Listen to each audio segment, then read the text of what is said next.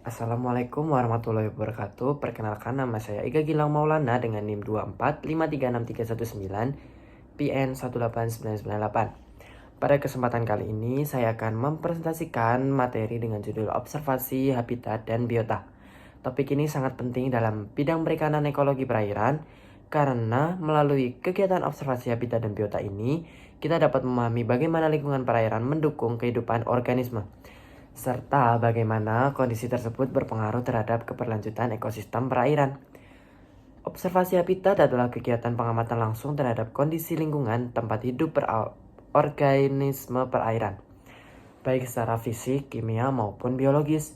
Misalnya, kita dapat mengamati suhu air, kedalaman, arus, kualitas air seperti pH, atau kadar oksigen terlarut.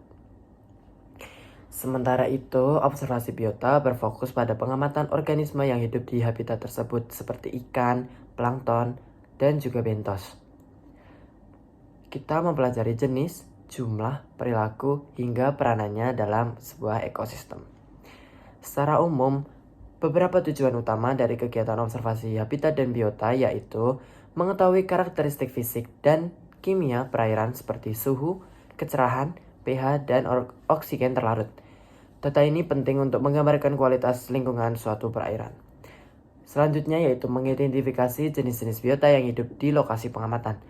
Dengan mengenali jenis dan jumlah biota, kita bisa menilai tingkat keanekaragaman atau diversitas dan kepadatan atau densitas hayati di perairan tersebut. Yang ketiga yaitu menganalisis hubungan antara kualitas habitat dengan keberagaman biota. Misalnya jika kualitas air menurun, biasanya jumlah plankton atau ikan tertentu juga akan berkurang. Dan yang terakhir yaitu hasil observasi ini dapat menjadi dasar dalam pengelolaan sumber daya perairan yang berkelanjutan, terutama untuk menjaga keseimbangan antara pemanfaatan dan pelestarian ekosistem. Komponen habitat yang diamati. Dalam observasi habitat, terdapat 3 kelompok komponen utama yang biasanya diamati yaitu faktor fisik, kimia, dan faktor biologis. Untuk faktor fisika yaitu suhu air, arus kedalaman, kecerahan, dan juga jenis substrat dasar. Misalnya suhu air yang terlalu tinggi bisa mempengaruhi kadar oksigen dan menyebabkan ikan sulit bernafas. Faktor kedua yaitu kimia mencakup pH, oksigen larut, salinitas, serta kadar nutrien seperti nitrat dan fosfat. Nilai-nilai ini menjadi indikator penting untuk menilai apakah perairan tersebut masih tergolong baik atau sudah tercemar. Sedangkan faktor biologis meliputi keberadaan vegetasi air seperti lamun atau tumbuhan air lainnya, serta interaksi antar organisme di habitat tersebut. Selanjutnya kita masuk ke observasi biota. Dalam pengamatan biota, kita tidak hanya melihat jenis ikan saja, tetapi juga berbagai kelompok organisme lain. Pertama ada fitoplankton dan zooplankton. Fitoplankton berperan sebagai produsen utama dalam rantai makanan, sementara zooplankton merupakan konsumen tingkat pertama. Jumlah plankton sering dijadikan indikator tingkat kesuburan perairan. Yang kedua bentos, yaitu organisme yang hidup di dasar perairan seperti cacing, moluska, dan krustasea kecil. Bentos sangat peka terhadap perubahan lingkungan sehingga sering digunakan sebagai bioindikator kualitas air. Yang ketiga yaitu nekton, organisme yang mampu berenang bebas seperti ikan dan udang.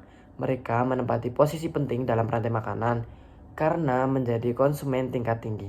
Dan yang terakhir yaitu makrofita air seperti eceng gondok, hidrilla, dan lamun. Keberadaan makrofita ini membantu menjaga kestabilan ekosistem. Namun jika tumbuh berlebihan juga bisa menjadi tanda eutrofikasi. Selanjutnya, observasi habitat dan biota dilakukan menggunakan beberapa metode. Yang pertama, pengambilan sampel air untuk menganalisis parameter fisika, kimia, seperti suhu, DO, salinitas, dan suhu. Data ini biasanya diukur di lapangan menggunakan alat seperti termometer, diometer, dan refraktometer. Yang kedua, pengamatan langsung di lapangan, yaitu mencatat kondisi perairan seperti jenis substrat, keberadaan vegetasi, dan aktivitas biota. Yang ketiga, sampling biota dilakukan menggunakan alat seperti plankton net untuk plankton, Sarber net untuk bentos, dan jaring insang sederhana untuk ikan.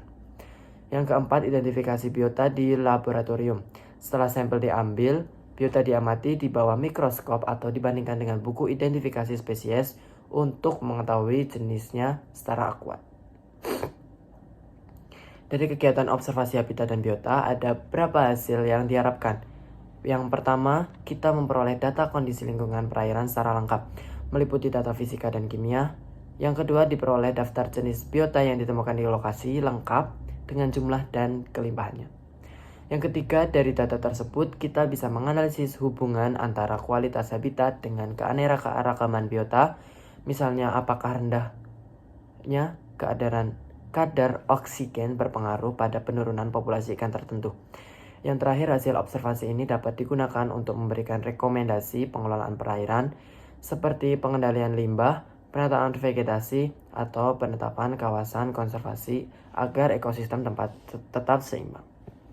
Kesimpulannya yaitu observasi habitat dan biota merupakan kegiatan yang sangat penting untuk menilai kesehatan dan keseimbangan ekosistem perairan.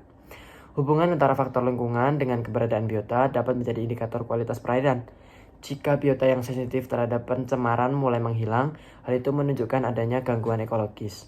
Melalui observasi yang rutin dan terencana, kita dapat memantau perubahan lingkungan perairan dan melakukan tindakan pengelolaan yang tepat agar sumber daya perikanan tempat berkelanjutan.